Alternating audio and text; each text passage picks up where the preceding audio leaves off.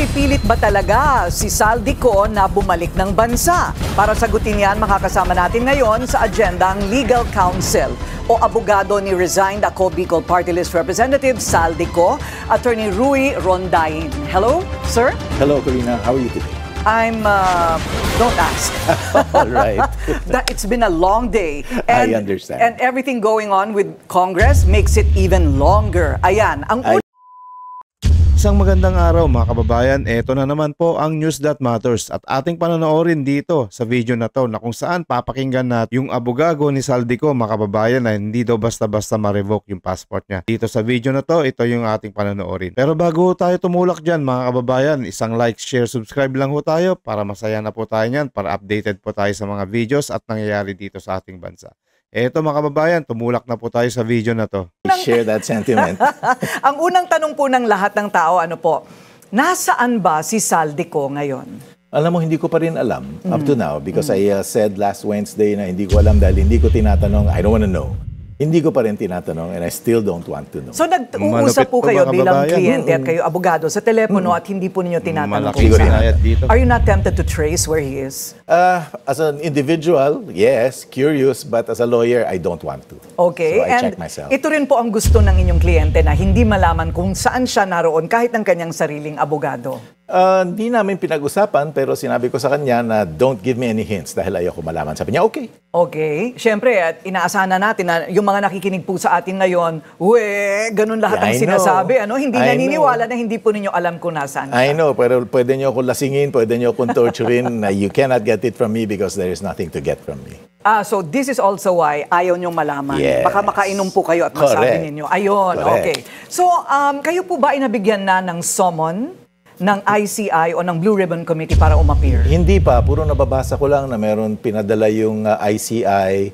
Yung Blue Ribbon, definitely wala pa ako na babalitaan. Wala pa po. Wala pa. So ano po ang sagot natin dito sa patutsada ni Senate President Tito Soto na kung wala naman siyang itinatago, bakit hindi siya bumalik? And it's difficult to stay a fugitive. Pugante po ba ang inyong kliyente? Hindi siya fugante. Ang batas, ang definition ng fugante is yung tao na tumakbo para tumakbo from a case. Wala naman case pa nung pumunta siya because he left nga several months ago bago pa pumutok itong skandalo na to for medical reasons. So wala siyang tinatakbuhan. Ngayon, baka na-misinform lang si Senator Soto because sinabi niya that's my opinion daw on what the law is.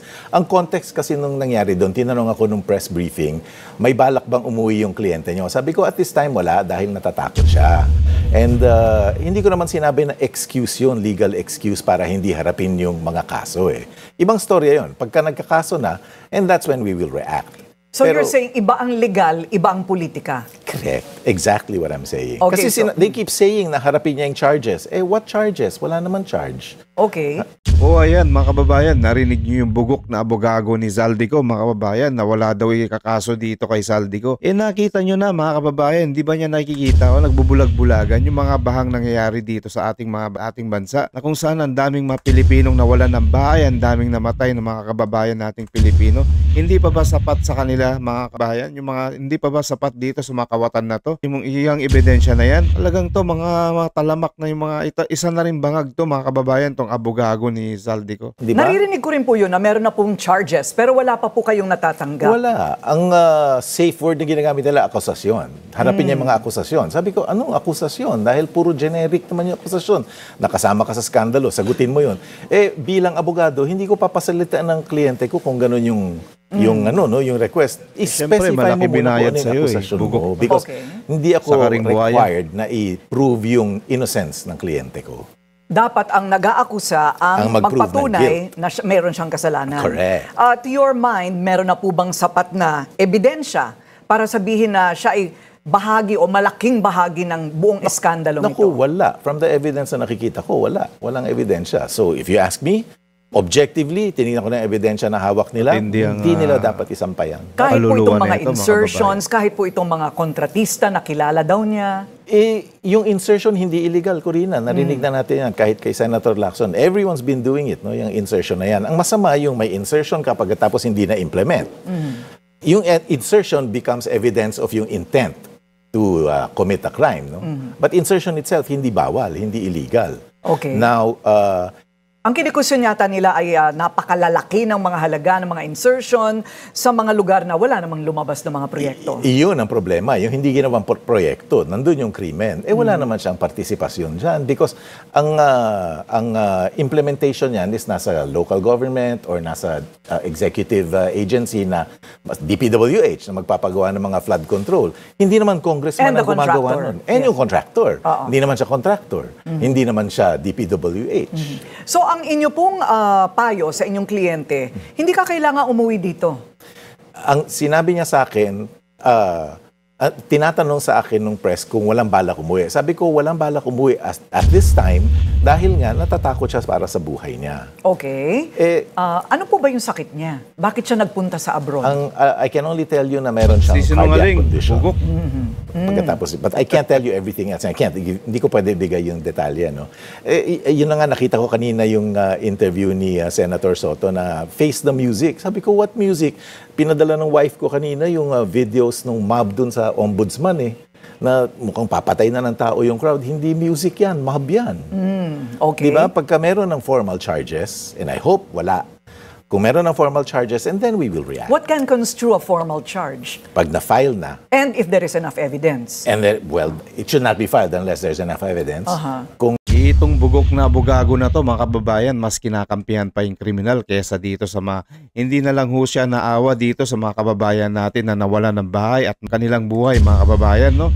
Itong talagang bugok na to, mga kababayan, ito isang matindi po to, mga kababayan, dahil mas natitiis pa niya na may mamatay kesa mapigyan hustisya yung mga ginawa ng kanyang kliyente, mga kababayan. Pinagpalit neto yung kanyang kaluluwa dahil lang sa pera, mga kababayan. Titiis neto magsinungaling tong abogago na to na kung saan kung pwede nga lang to itapon dyan sa baha na yan, mga kababayan, ihagis ko na to Nanggigigil ako sa puti na to, mga kababayan, yung puti ang buhok. na-file na, I-assume na meron silang ebidensya, and then we will react pag na-receive na namin. Can you give an opinion about what would construe enough evidence? Kailangan admissible evidence It has to be credible evidence and admissible evidence. Hindi pwedeng hearsay, hindi pwedeng chismis, hindi pwede sabi, nagdala kami ng milyon-milyon pera doon, tinanggap ng aid niya para kay congressman daw. That's hearsay twice removed Sabi niya, sabi ni Juan, sabi ni Pedro, sabi ni Juan. Hindi tatayo sa korte But can he be compelled to show bank statements? Yung kanyang salin, halimbawa. Open yung SALN. In fact, I had that debate with some members of the press the other day. Sabi ko, alam ko open yan makukuha yan dahil public document yan. Ibang mga congressman at senador, isinusumite na naman. Parang, ito nilabas na ni senador like this and like that. Pero bakit kailangan pa nilang i-resubmit? Isn't it? I don't think it's readily available to just anyone. Aralin ko but alam ko because I keep saying na when I defended Mikey Arroyo sa mga tax evasion case niya 10 years ago, mas kompleto pa yung SALN nila kaysa sa akin Yung press, mas maraming kopya kaysa sa akin. We had to look for copies of his SALNs. What about the aircraft? Pinag-uusapan lahat ng mga aircraft na nakalipad daw mula sa Pilipinas at naka-eskapo. Nasaan na ngayon ang mga aircraft na yun? And are those clearly his? Clearly not his. Kasi nakadeklara naman sa SALN niya yung kanya mga assets. Yung assets niya do not include any aircraft. Ang pagsisinungaling, mga kababayan. Ang assumption ko, yung mga aircraft na yun na ina-attribute na kanya is pag-aari ng mga aviation company na meron siyang stockholding. Nakadeklara rin yan sa SALN niya. Na Misibis Aviation, something. Pero hindi ako abogado ng mga kumpanya. I'm certainly not the lawyer for Misibis Aviation. How were they able to leave the country? It was totally legal? Commercial flight? Commercial flight or private jet? I don't know. I don't know. Hindi pa niya. Tingnan mo yung mga buhayang to, mga kababayan. Sinafety muna nila yung private jet ni Saldico, mga kababayan. Na kung saan hati-hati kasi sila dyan. Kapag naibenta nila, first class tong jet na to, mga kababayan, which is bagong-bago pa to. Bihira lang yung magkaganito kung talagang mayaman ka, nakatulad ka nila sa LeBron James, Stephen Curry. Ang worth na ito, mga kababayan, sa pera natin is 2 billion. Yung Gulfstream na jet na private plane, pinaalis nila dito, mga kababayan, kasi gusto na lang ibenta para paghati-hatian nila. Kesa naman na ma-recover ng gobyerno. Ganyan katalamak yung mga BBM administration at yung mga kawatan niya, mga kababayan. Kaya yung pinagsasabi nito na hindi raw na nangurap itong mayaman na daw yung si Saldico. Ibig niya sabihin, pinapalabas pa niya, mga kababayan, mas mayaman pa yung mga bilyar dito, mas bilyonaryo na. Mas matagal na nagbi-business itong mga bilyar na to. Samantalang ito si Zaldico, saka lang yung yumaman niya nung naging congressman, mga kababayan. Doon lumabas yung yaman niya. Paano niya masasabing mayaman na yung kanyang kliyente? Talagang bayaran tong para magsinungaling lang to, mga kababayan. Ganyan katindi ang kaitim ang budhi na itong abogago ni Zaldico. Abogado at that time, nung umalis siya. I see. Okay. Hindi pa rin po nare-revoke naman yung kanyang passport. Hindi pa. Hindi nila mare-revoke yun basta-basta. Hindi nila nga. mare-revoke. Bakit po? Yung pinipilit nung congressman, Mamaya, sabi niya, panoorin i-cancela natin. na pagkatapos Pwede problema na abogado yan. Ba't nag-aabogado yung DFA para sa kanya? Hindi ho ganun. Under the passport law, pwede na i-revoke yan ng korte. Pagkatapos kung obtained through fraud or kung may national security risk, yung national health, etc. Wala naman sila napuprove na ganun eh. Sabi nga nung congressman, i-revoke na. Dahil problema ng abogado, hindi ho ganun. Hindi ho tayo So kung may communist state. kung may Sigurado ka ba? attempt po na i-revoke ang kanyang Presidente ka ba? passport, you can move to Gunggong Yes, to TRO definitely. that. Oo. Yes. Pwede. Absolutely. Ah. But the DFA will not eh. Sinabi na nung DFA na hindi yata naintindihan nung congressman yung passport law. Hindi ho ganyan ang passport. Kailangan ho may pang-revocation. Kailangan ho sumunod sa proseso. Kailangan sumunod sa batas at sa proseso. Yes. Okay. Nung revocation. Nung cancellation. I'm sure you've seen the affidavit of Ronald Gutesa. Ay, No, tama ba yung actually. pangalan? Basta't si Ginoong Gutesa? Actually. Orly Gutesa. No, Saan ko actually, na po hindi ko alam yan. Okay, Orly Gutesa. Alam. Napanood ko lang sa magsinungaling. Senado. Okay. Binabanggit po doon yung mga pangalang John Paul Estrada at Mark Teksay. Okay. Na kanya po daw mga alipores o kanyang mga kasabwat. Are you aware of this relationship? Tinanong ko siya dyan na meron ka ba mga empleyadong ganito. Sabi niya, yes, ang mga aid ko yan, once upon a time. Pero nung time na yan, ang recollection niya is hindi na sila employed by him. Hindi pa ako ganyan kalalim sa detalyeng yan. Kasi yan yung isang story rin na she said, he said, hindi ba? Sabi ni Kwan, dinala doon. At sabi niya, tinanggap daw nitong dalawa at dinala daw kung san-san. So, Okay, but these two are now missing, right? Missing in action. Hindi sila mahanap. I don't know. Are they hiding? Well, they can't be found. So, hindi natin alam. Okay, so, Maraming tao kung gustong hanapin, hindi ko naman mahanap. yes, din. but so you're saying hindi mo naman sila abogado, so No. wala kang No, pakialam kung no. may posibilidad pa na bumaligtad yung inyo pong kliyente. I mean, wala po bang Yan po yung kumakatok sa dalawang, kanya? ito po mga kababayan, yung dalawang aid ni Zaldico na kung saan yung tinutukoy dito, nakasama ni Orly Gutesa, mga kababayan. Na kung nakikita nyo ito, mga kababayan, may malaking pabuya para dito sa dalawang to, para makapagpatunay na dito, para makapagdiin dito kay Zaldico at dito kay Romualdez, mga kababayan. At isama na rin tong abogago na to para madiin na rin. Sa kabilang kampo para sabihin, mag-state witness ka na lang, ilabas mo na lahat ng katotohanan. Wala naman. Nothing serious. Kasi maraming nag-opinion na ilabas mo na lahat, maglaglag ka na, pero wala namang serious. Walang serious. Wala naman that I should be concerned about Okay. as his lawyer. Pero bukas po ba si Ginoong Zaldico na makausap at sabihin mo na lahat, bumalik ka na dito, hindi ka namin kakasuhan? Hindi pa namin pinag-usapan. Wala pa ako dyan eh. Kasi again, I don't know what the accusations are. No? Naririnig ko lang yung mga sinisigaw-sigaw na mga politiko na sagutin mo yung akusasyon. What accusation? Yan palagi kong tinatanong eh.